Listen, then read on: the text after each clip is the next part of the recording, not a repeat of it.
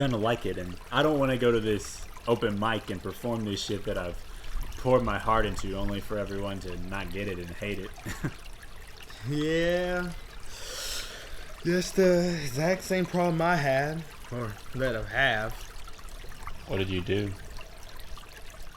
Quit making art. Just abruptly? No, not abruptly. It was a gradual thing. So I went from writing every day to writing once a week to not writing at all. Just no motivation. Shit. I hope I don't wind up like that. Here's the thing, man. Here's something you should live by. You have to create something.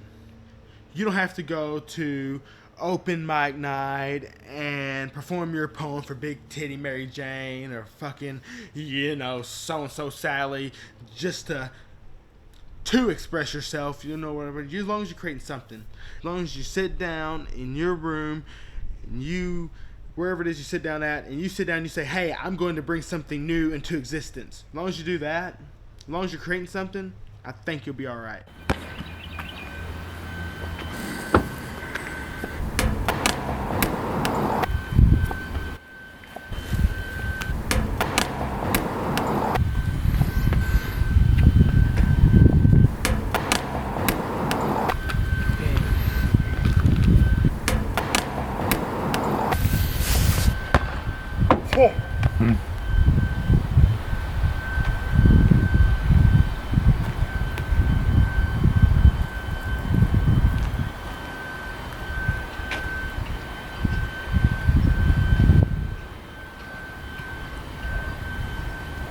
Are you recording?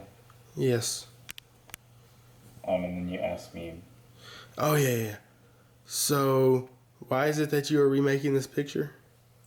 I'm remaking this picture because I think that the original short film, Blowjob, is one of the greatest short films of all time, but I think it's not quite pure enough. So what I'm trying to do here today is make a version of a blowjob that is more pure. And how are you going to do that? I'm really going to be getting head.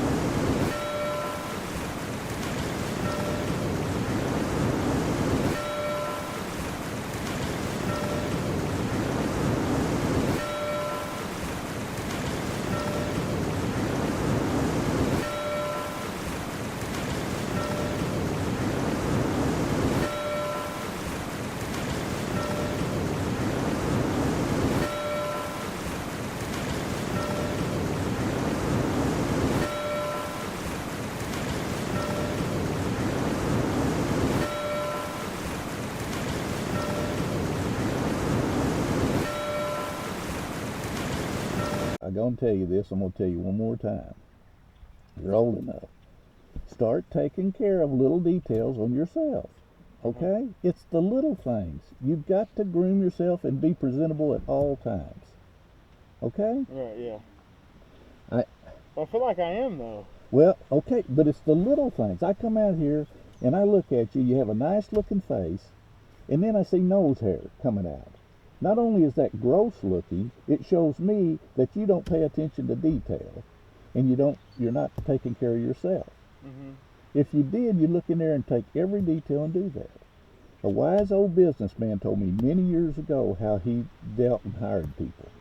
Mm-hmm. And the first thing was, his first impression was the way you speak and shake hands and look at him. If you shake hands with a firm handshake and you look him in the eye, he knows you have confidence. Then the first thing he looks at your fingernails. Mm-hmm. If you got old long grubby fingernails, he's turned off right then. He's done with you.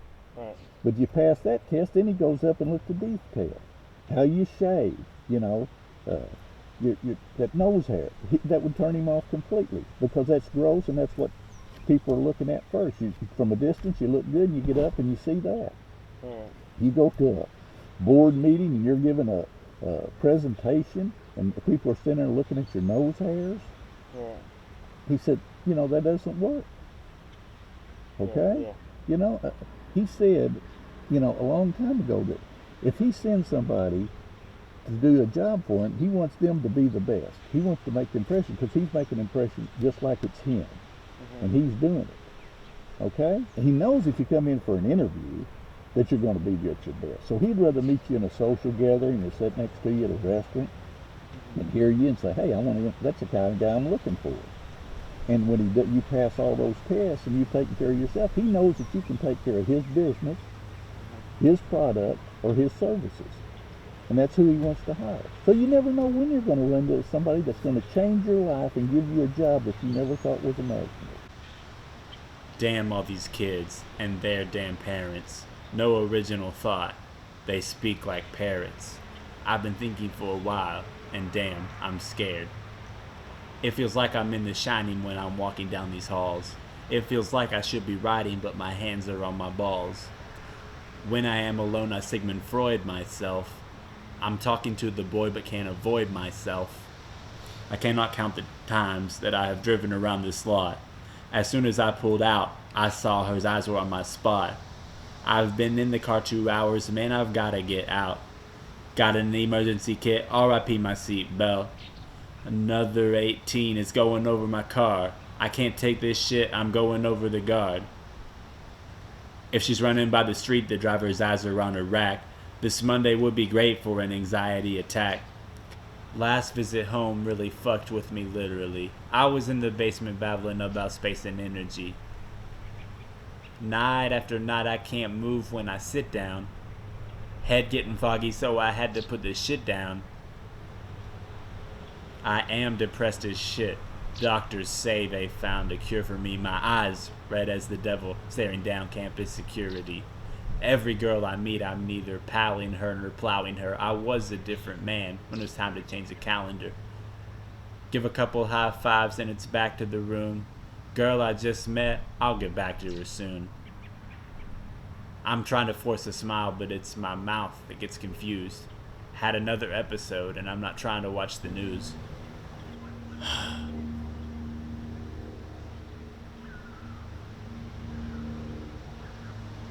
I don't speak about girls because there are no girls to speak about. I was spitting game, she stood there zoning out.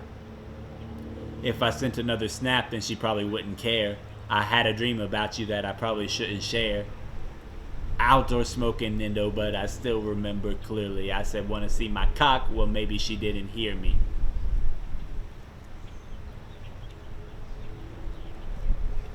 Another game of truth or dare, and she might take all her clothes off. I'm probably not scared, and now she's trying to doze off. The whiskey didn't work, and that was probably good for both of us.